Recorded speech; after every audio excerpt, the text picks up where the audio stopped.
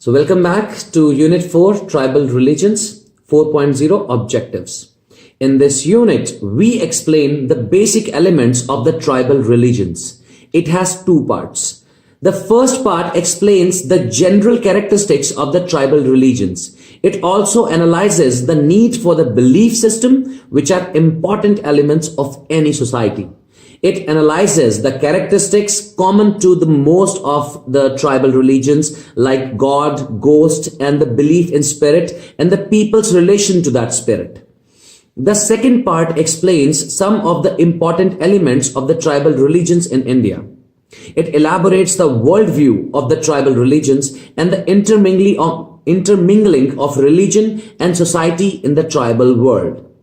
At the end of the course on tribal religions, you are guided to understand the basic characteristics of tribal religions, the role of religion in the daily life, some of the important concepts in tribal religions such as God, ghosts, and spirit, and humans' relationship with them, the customs and practices of the tribals of India. 4.1 Introduction.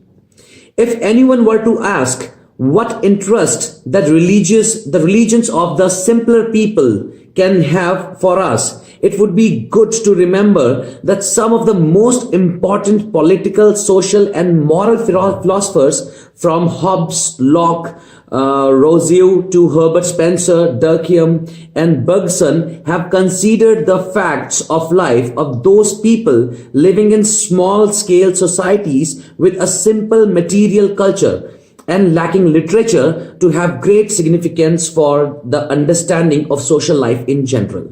For our purpose, these people are called tribal people here. Further, the men who have been most responsible for changing the whole climate of thought in our civilization during the 19th century, the great myth makers like Darwin, Marx, Engels,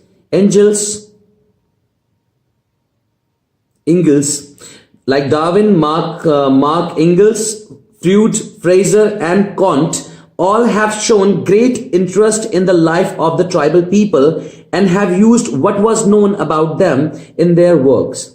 Secondly, all who have interest in religion must acknowledge that a study of the religious ideas and practices of tribal people, which are of great variety, may help us to reach certain conclusions about the nature of the religion in general. I'm sorry, I'll just take a sip.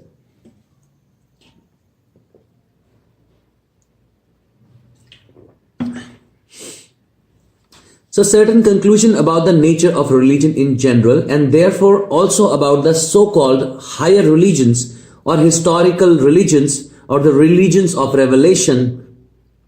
I'll just read this again because in the middle does not make any sense. Secondly, all who have interest in religion must acknowledge that a study of the religious ideas and practices of tribal people, which are of great variety, may help us to reach certain conclusions about the nature of religion in general, and therefore also about the so-called higher religions or historical religions or the religions of revelation. Nothing could have been revealed about anything if men had not already had an idea about that thing. The world around has everywhere revealed to men and women something of the divine and of their own nature and destiny. 4.2 Tribal Religions. And the first one is totemism. The word totem comes from a North American Indian language, but it has been widely used to refer to animal or plant species and occasionally other things which are held in special regard by particular groups in a society. A totemic society is divided into a number of named groups, the members of which believe themselves to be descendants unilinely from a common ancestor and stand in a special relationship, usually involving respect and avoidance to some object. The term totemism covers a multitude of phenomena. However, it refers to situations where each one of the number of distinct social groups into which a society is divided maintains a particular regard for a particular object in the natural or cultural environment. This object is not regarded as valuable in its own right, but because it stands as a symbol for something else. This is why totemism is sometimes considered to be a magio-religious institution. Usually, the totem symbolizes the unity and solidity of the group which has it. Institutions which have been labeled totemism are so various that no single hypothesis is likely to be adequate to explain all of them. As with all symbols, we have to ask what it is that is symbolized and what the social consequences of symbolizing it are. There is no reason why all cultures should give identical answers to these questions. Gods, ghosts, ancestors, and spirits. Gods, ghosts, and spirits are thought of as different from the other impersonal magical forces. However, difficult it may be to draw a sharp line between them. The important thing about all of them is that they are conceived to be non-human, even though they may have some human attributes.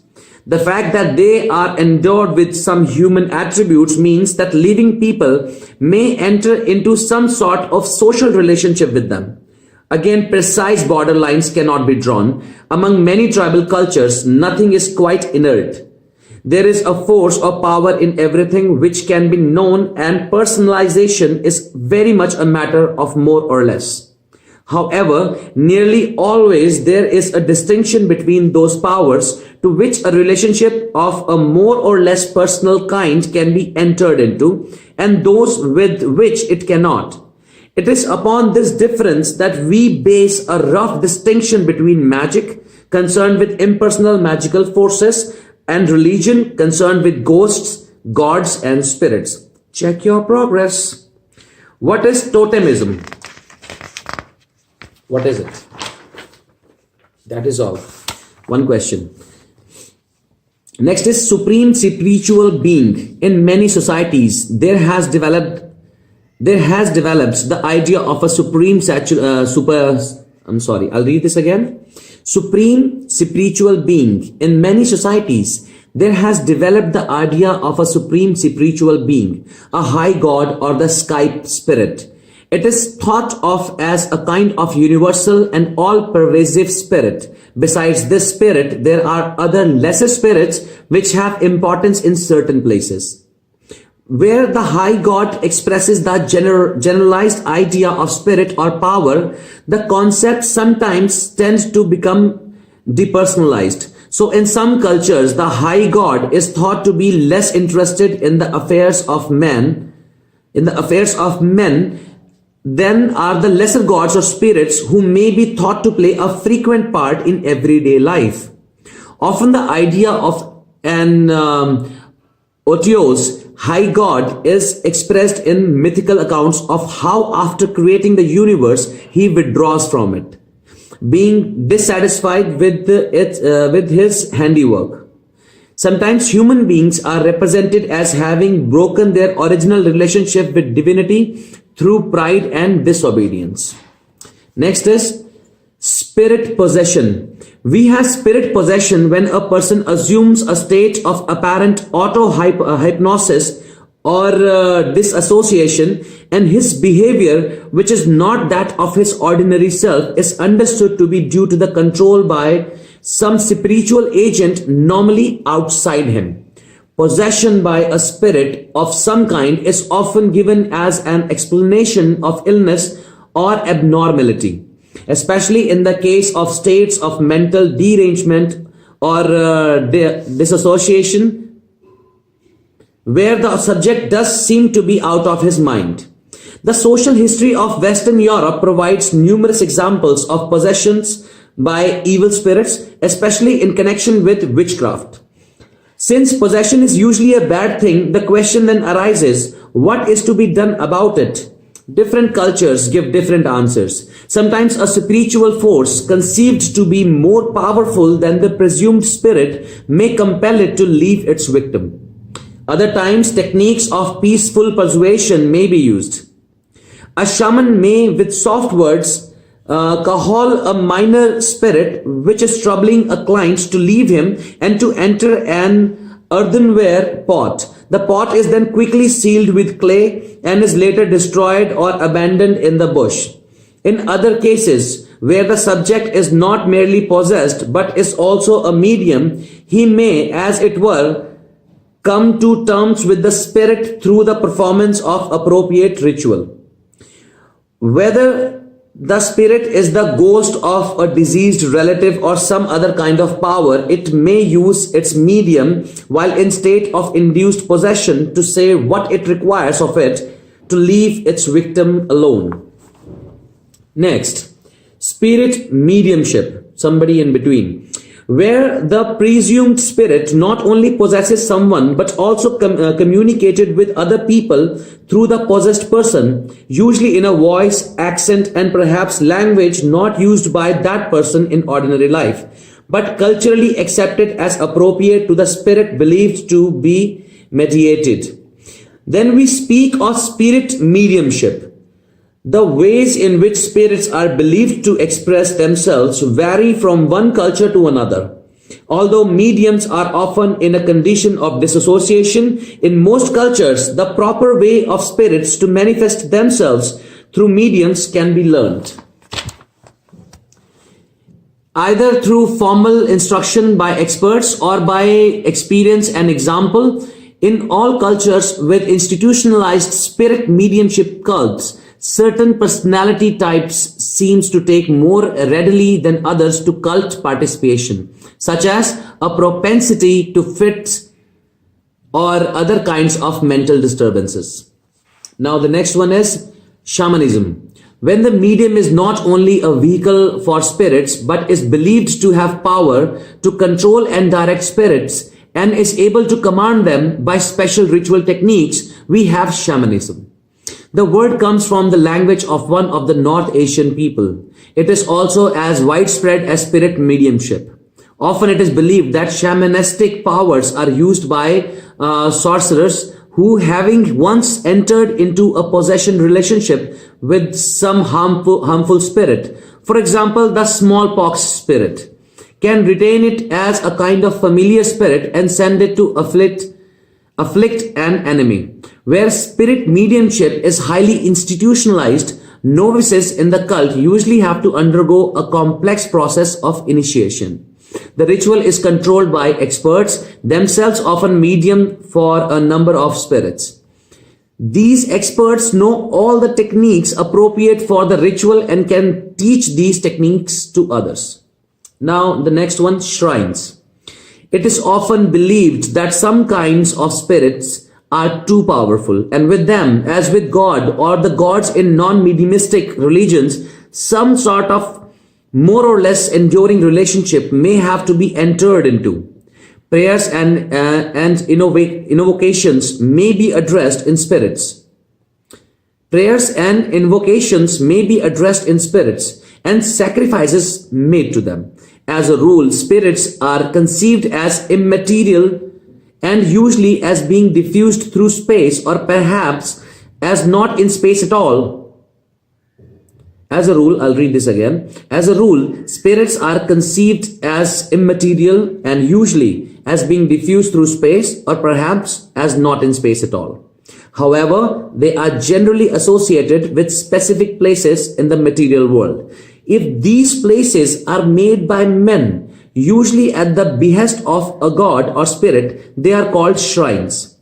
Believers are concerned with the unseen spiritual world, and it is helpful to them to have a place where they can pray and sacrifice. It stands as a sign and reminder of the spiritual power which both acknowledge. Relationship between humans and spirits. Having entered into the above mentioned kind of relationship, what does the human party to do? So what does the human party to it do? Having entered into the above mentioned kind of relationship, what does the human party to it do? First, he usually speaks to it, rather as through it were a person. This is the point of having spirits.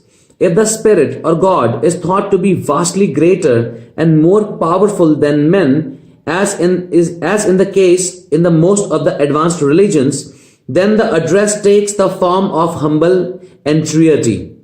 Man does not generally attempt to impose terms on God.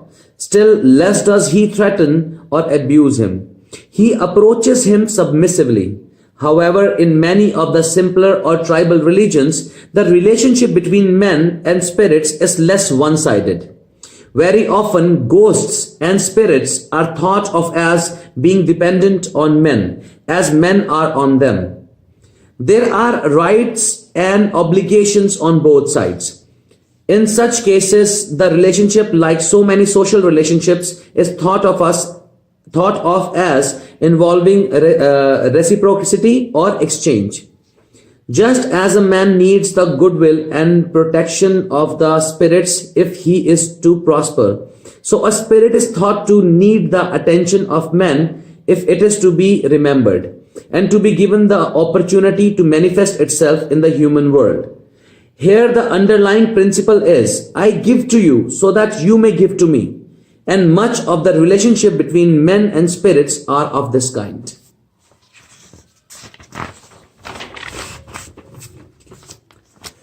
Sacrifice. Since there is usually an element of exchange in the relationship between men and spirits, it often involves the symbolic presenting or making over to them of some material or sometimes non-material things. Hence, the almost worldwide institution of sacrifice is prevalent. Sometimes this involves the destruction of what is offered, frequently the immolation of some living creature. Sometimes, however, food or drink is left for the spirit at the shrine. Sometimes, living animals are dedicated to a ghost or spirit and not actually killed. Always there is the idea of some deprivation on the part of the sacrificer. And always something is made over, transmitted from man to God or spirit. Scapegoat. When the expiatory element is dominant and the emphasis is rather on getting rid of evil and impurity than on making a gift to a specific spiritual power, there is no sacrifice but a rather different kind of institution, of which the most familiar example is the scapegoat, where evil is conceived as kind of real existent. It may be ritually transferred to a chosen animal, which may be then either driven out of the community or destroyed. Blessing and cursing. There is one further sphere of human behavior which involves reference to spiritual beings or forces, that of blessing, cursing and oath-taking. In the first two, a human agent gives verbal expression to his wish that something may happen to another person or persons.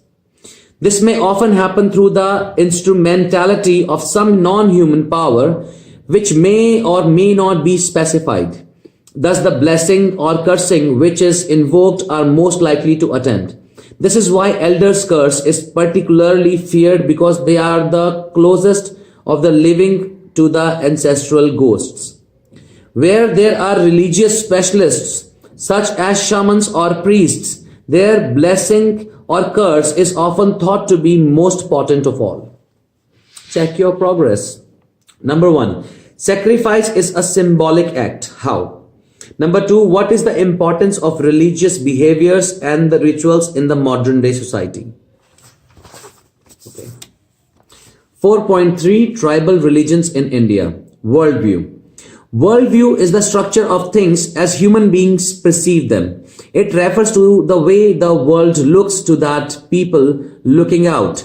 It denotes the way of given people in a particular society see themselves in relation to all else.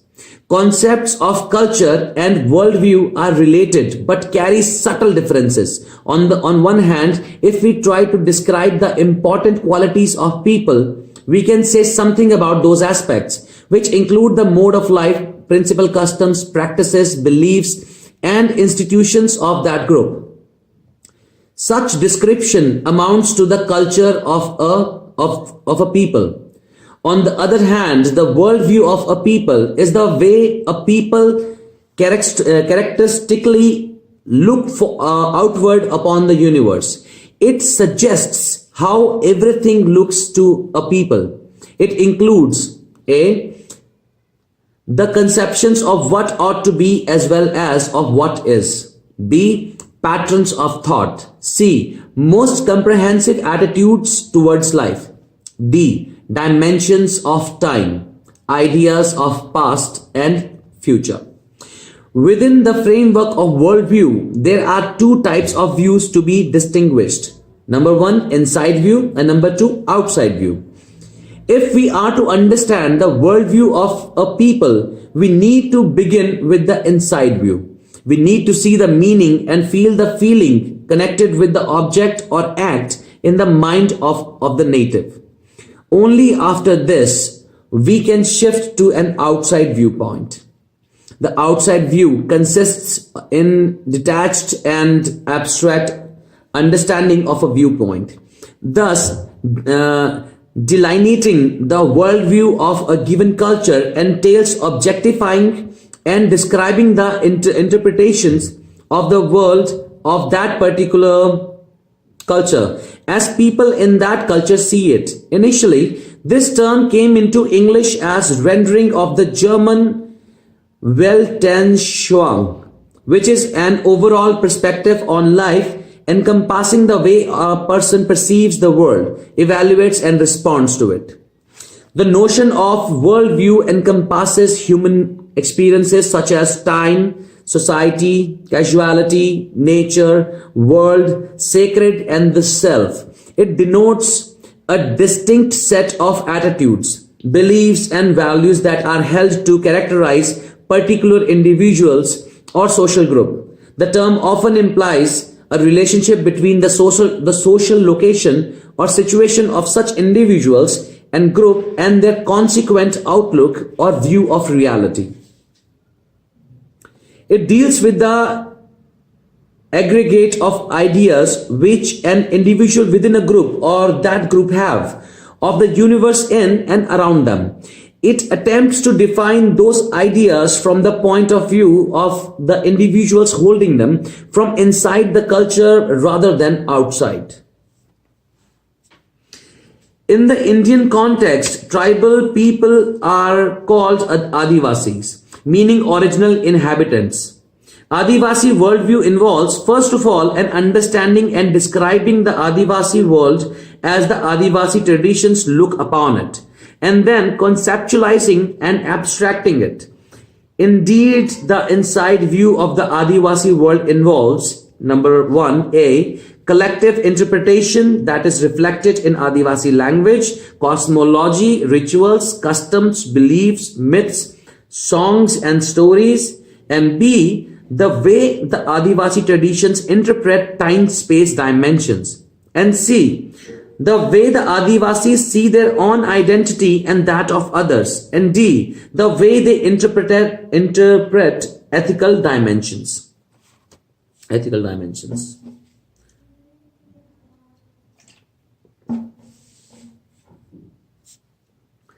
In the Adivasi worldview, space is central. Everything has to be understood in the perspective of creation. Harmony with space or creation is the starting point of their spirituality and their search for liberation. An awareness of being one with the whole of creation is, therefore, the spiritual foundation of the Adivasi people. In this unity of creation and spirituality, there is no clear-cut distinction between sacred and secular, religion and non-religion. One sees the Supreme Being in space, creation, and not outside of it. Since such Adivasi group is unique and different from one another, it is not possible to discuss their various worldviews here.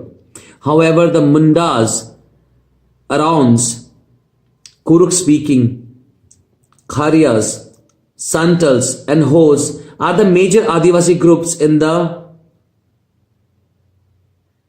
Chota Nagpur plateau of India running through the state of Jharkhand, some districts of Chhattisgarh, Odisha and West Bengal. It is hoped that they represent other similar Adivasi worldviews of the country as well as in a satisfactory manner. They are reflected in their various creation accounts as given below.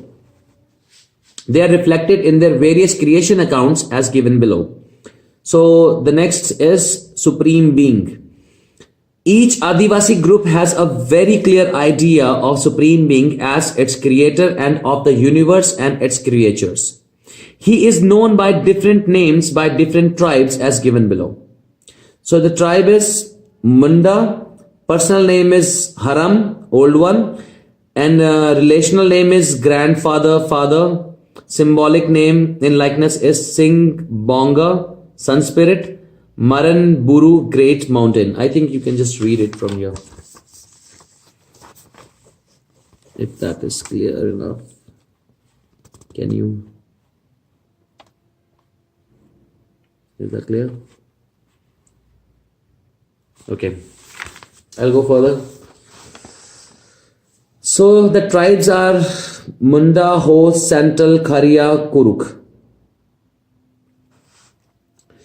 None of the tribes mentioned above has made any image of their creator in the past and present, though they share in common his imagery as benign old man with white long hair and flowing beard on the dazzling white clouds. They have not made any temple for him because they experience his presence everywhere. Creation. Before the Supreme Being made the present world, in all the accounts there is mention of the sea with its creatures covering everywhere. In his works of creation, the Supreme Being takes the help of his own creatures, especially the sea creatures such as crab, prawn, fish, turtle, tortoise, etc., separately in bringing a tiny bit of clay to him from the bottom of the sea in order to make the present earth. However, all of them failed in their mission because the sea water washed away the clay which they tried to carry to the Supreme Being for making this world. However, the earthworm finally succeeds in fetching this bit of earth to Supreme Being in the Munda and Kuruk accounts. He takes this bit of earth and makes the present earth.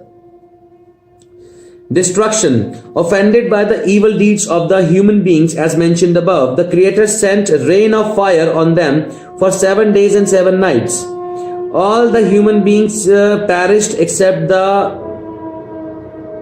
Bhaiya Bahin, brother sister. In the Kuruk account, the beloved of the Supreme Being had hidden the pair of male and female children in the hole of a crab covered with Gangla thicket, Job's tear of the lowland. In the Kharia accounts, the king Sembhu and queen Dakai pulled the brother and sister inside the marsh and hid them. With the destruction of human beings, food supplied to the Creator by way of offering sacrifice to him by them ceased. He was thus very hungry and not happy without human beings. His beloved told him that his happiness could return only with the finding of human beings alive. Consequently, he found the Bhaiya Bahin after many disappointments and distress. After seeking and finding them, he brought them to his abode with great joy.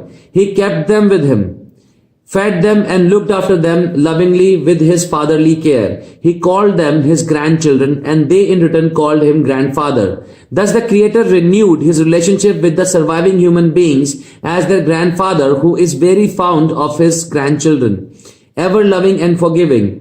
In this personal relationship with him, there is no oppressive fear. It is quite liberating. New creation. When Bhaiya Bahan grew up, he gave them fields to cultivate, oxen to plow, and seeds to sow and reap. When their crops were growing, some insects and pests attacked them, and thus they were getting destroyed. The Bhaiya Bahin then went up to the Supreme Being to tell him their problem. After listening to them, he taught them the ritual of Danda Katta. The Bhaiya Bahin used to sleep separately by putting a log of Simbali, silk cotton tree. One night they drank Handriya, rice beer, and went to sleep. The Supreme Being and his beloved removed the log between them, and they slept together as husband and wife. On reporting their experience to the Supreme Being, he said that it was all right. Thus, he instituted marriage and introduced human beings to the secret of procreation so that they might multiply in this world. He divided them into various gotras, clans, in order to enter into marriage relationships outside one's own clan. The Adivasi clans consist of animals, birds, fish, plants, minerals, etc. They are called totems. This is the new creation of the Supreme Being, and all men and women today are the stewards of this creation by not destroying and polluting it. His creative activity in this world thus continues to this day through the cooperation of human beings with him. Approach to God. Among the Adivasis, there are many forms of approaching God, mainly by way of offering sacrifice to him and praying to him in an informal but personal way. However, there is one particular ritual among the Khuruk Adivasis which is worth discussing here because it is full of rich symbols. It expresses protection of Dharmes, Supreme Being, against evil. As life is experienced in a paradoxical existence of good and evil, life and death, the twofold end of the ritual is first to obtain blessings. Happiness and prosperity of life in terms of sound health and increase in progeny, cattle, and abundant yields from crops, and secondly, to ward off evil. Check your progress 3.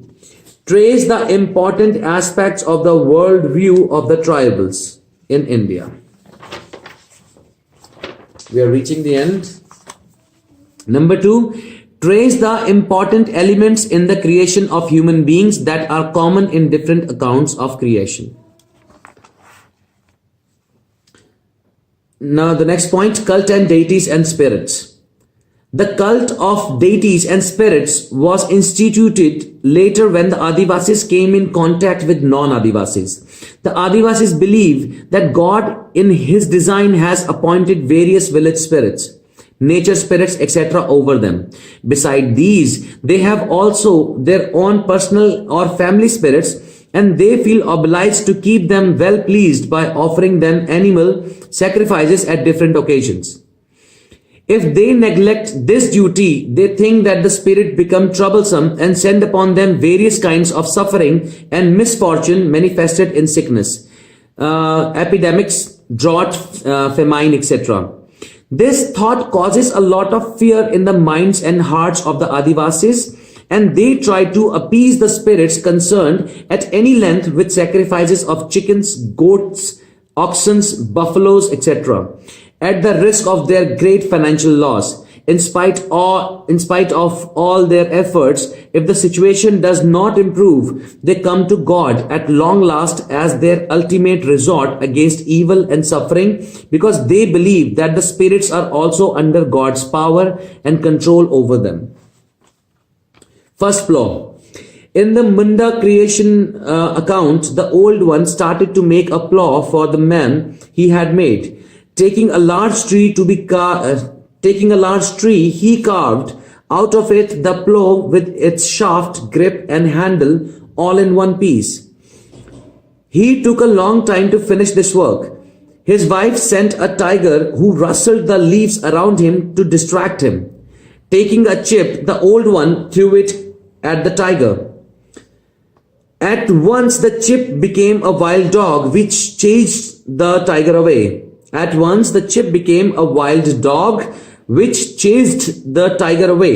That is why even to this day, the tigers are afraid of wild dogs. The Shantals share the similar worldview. Next point is creation of heavenly bodies. In the Manda and Khuruk accounts, it is told that before the moon was made, the sun was alone in the sky and it did not set. One day, the Creator went to see the man making fields and asked him some questions. When did you make this field? Now, was the answer. When did you make that field? Now. When did you make the yonder fields? Just now. And when did you eat from these fresh leaves? Now. When did you eat from those dry leaves? Now. When do you rest and when do you work? I rest now and I work now. The Creator said, you will not live on with such work and eating without regular times. So He made the sun to set and rise. Thus day and nights were made to work and to rest. He also made the moon to shine during the night. 4.4. Let us summing it all up. A knowledge of the social structure is required for the understanding of some features of religious thought. The amounts to saying that we have to account for religious facts in terms of totality of the culture and society in which they are found. They must be seen as a relation of parts to one another within a coherent system, each part making sense only in relation to the others, and the system itself making sense only in relation to other institutional systems as part of a wider set of relations. Religion plays an important part in the social life of the tribals. It helps them to preserve social cohesion, gives them confidence, and so on. Do such explanations take us very far? And if they are true, which has to be proved? How does one set about determining in what way and in what degree does religion have these effects? What is most important is how religious beliefs and practices affect in any society the minds, the feelings, the lives, and the interrelations of its members. 4.5 Keywords. Tribe. A tribe is a social group of humans connected to by a shared system of values and organized for mutual care, defense, and survival beyond that which could be attained by a lone individual or family.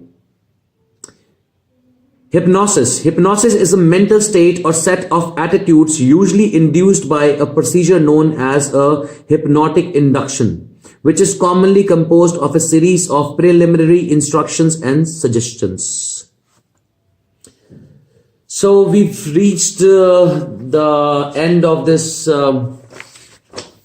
subject, religions of the world, and I'm very happy about it. It was hard work.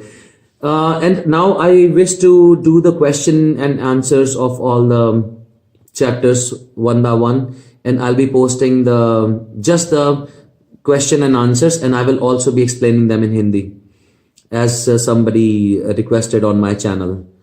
And I hope that you guys find me there, and I hope that I be beneficial in the end. Thank you so much. I hope that you study hard, and I hope that all this effort, is fruitful to everybody. You have a good day.